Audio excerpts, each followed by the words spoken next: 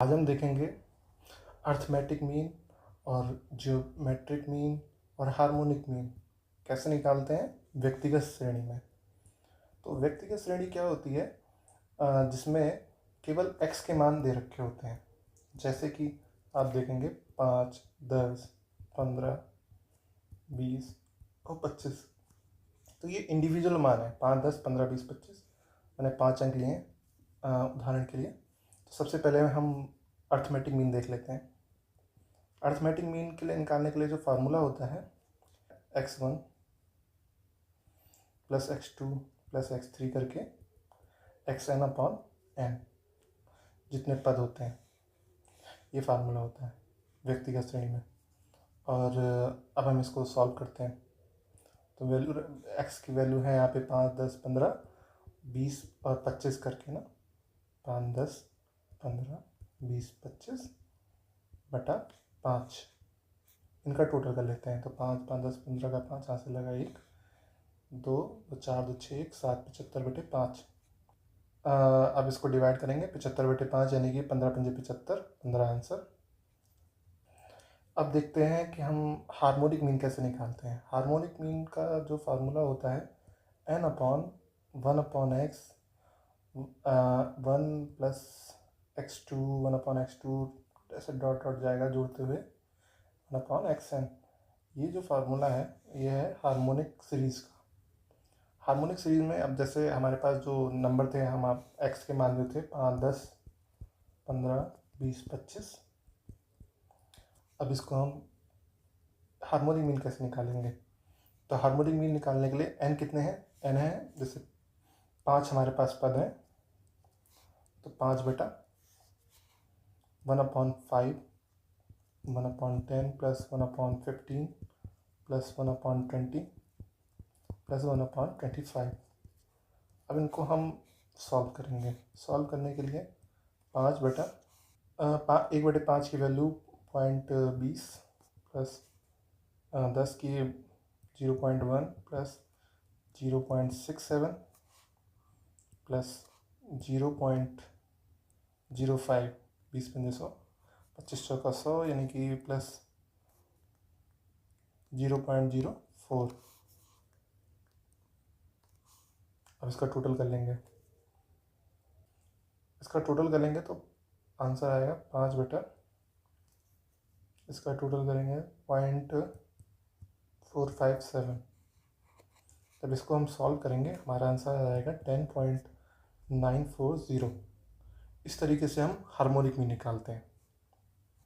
अब हम आते हैं ज्योमेट्रिक मीन पे। ज्योमेट्रिक मीन जो होता है, ये ज्योमेट्रिक मीन जो होता है इसका फार्मूला होता है, इसमें आपको पद दे रखे होंगे जैसे x1, x2 से लेकर के xn तक दे रखे हैं। तो इसका फार्मूला होता है, इसकी मल्टीप्लिकेशन कर दीजिए, सबकी मल्टीप्लाई और इसकी पावर n कर दीजिए, 1 अपॉन n। ये हो गया ज्योमेट्रिक मीन का फार्मूला। अब एग्जांपल देख लेते हैं। हम वही पद ले लेते हैं जो हमारे पास पहले थे, 5, 10, 15, 20, 25। इनका मल्टीप्लिकेशन कर लेंगे और इसकी पावर 1/5 हो जाएगा, यानी कि 5th रूट ऐसे भी लिख सकते हैं, 5 गुणा 10 गुणा 15 गुणा 20 गुणा 25। इसका 5th रूट हम कैलकुलेटर से निकाले, तो कैलकुलेटर में निकालने के लिए हमें चाहिए इनकी गुणा कर लें। 5 multiply by 10 plus multiply by 15 multiply by 20 multiply by 25 कितना आया, 37, 375 ट्रिपल 0। अब इसका हम की पावर 1/5 कर लेते हैं, 1 डिवाइडेड बाई 5th, 13.02, 13.025। ये इसका आंसर आ जाएगा।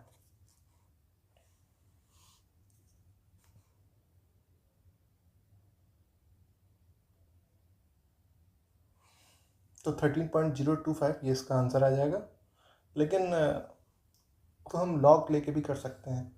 तो जियोमेट्रिक का जो लॉग लेके जो फार्मूला होता है, GM बराबर sigma log x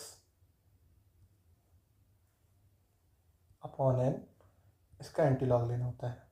anti log sigma log x upon n, यानी कि जो लॉग x दे रखे हैं उनका लॉग लेना है, फिर उनको समीशन करना है, अपॉन n करना है जितने नंबर्स दे रखे हैं। एग्जांपल हम ले लेते हैं। तो इसमें क्या है कि हम हमें x की वैल्यू दे रखी है 5, 10, 15, 20 और 25। तो अब हम लॉग टेबल खोल लेते हैं।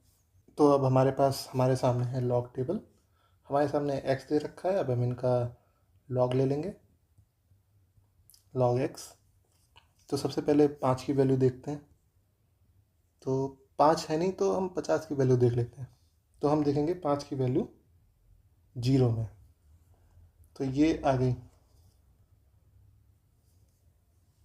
तो ये है 5 की वैल्यू 0 में 0.6990।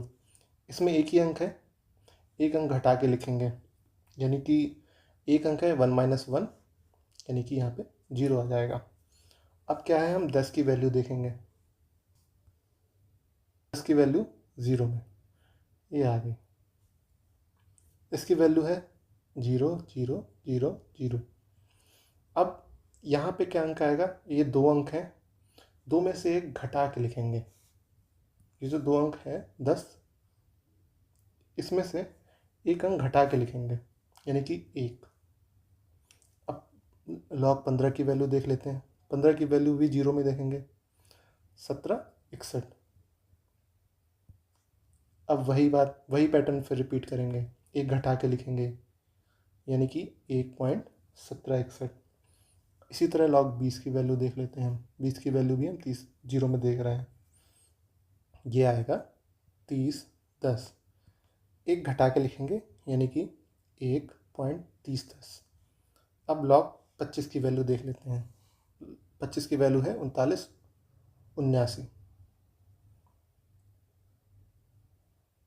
तो 25 की वैल्यू है 39 79।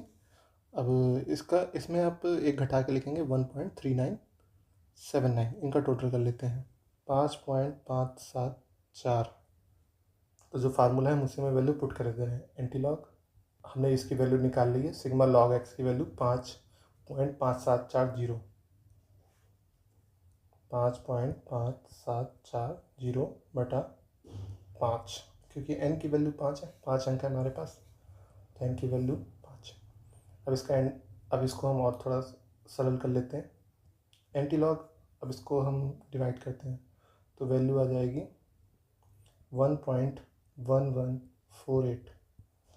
अब एंटी लॉग की वैल्यू हम देखेंगे 1.1148 की। अब ये एंटी लॉग टेबल है। 11 का हम वैल्यू देखेंगे 4 में, तो ये है 11, ये है 4, देख पा रहे होंगे।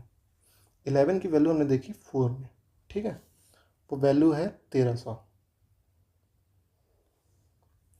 अब इसमें मीन डिफरेंस देखेंगे। मीन डिफरेंस देखेंगे 8 में, तो यही 11 वाला अंदर चला जाएगा, अंदर जाते जाएंगे। 8 में आया 2, इसमें +2 कर देंगे, यानी कि 1302। अब इसमें दशमलव लगाना है। एंटी लॉग में मामला उल्टा चलता है। जैसे कि यहाँ पे पॉइंट के आगे 1 लिखा है, तो 1 बढ़ा के हम दशमलव लगाएंगे, यानी कि 13.02। 13.02 ये आंसर आ जाएगा, 13.02। एक यहाँ पे हमने निकाला है 13.02, और ये 13.025 आया है, जो हमने कैलकुलेटर से सॉल्व किया था।